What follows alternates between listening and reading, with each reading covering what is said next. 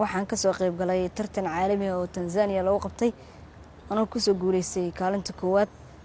falillaahi alxamd taasna ilaahay ayaan ugu mahadinayaa anoo u matalaya tartankaas Soomaaliya madaxweynaha in xafiiskiisa igu soo dhaweeyo dhiirigelin oo ii sameeyo waxay iga caawinaysaa inaan tartamo caalami ah oo kan hadda ka duwan aan ka qayb galo si aan kuwaas ugu soo guuleysto madaxweynaha jaceylka oo quraanka jecel yahay waxay anagana sababaysaa in dadkii dhan quraanka ay jeclaadaan